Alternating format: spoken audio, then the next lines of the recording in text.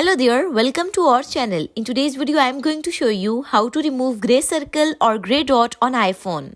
So here you can see this gray circle on my home page. So for removing it, what you need to do, go to settings on your mobile phone.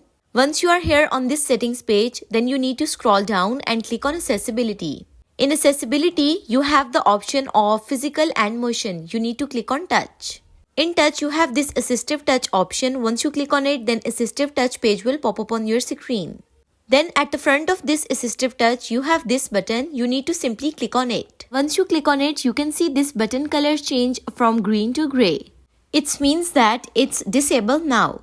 So by tapping on assistive touch, it means that this gray dot or gray circle isn't show on your home page. So this is the very simplest and easiest way to remove gray circle or gray dot on iPhone. If you found this video helpful, then leave a like on video and do subscribe to our channel. And don't forget to press bell icon. If you have any questions related to it, leave a comment. Thank you so much for watching.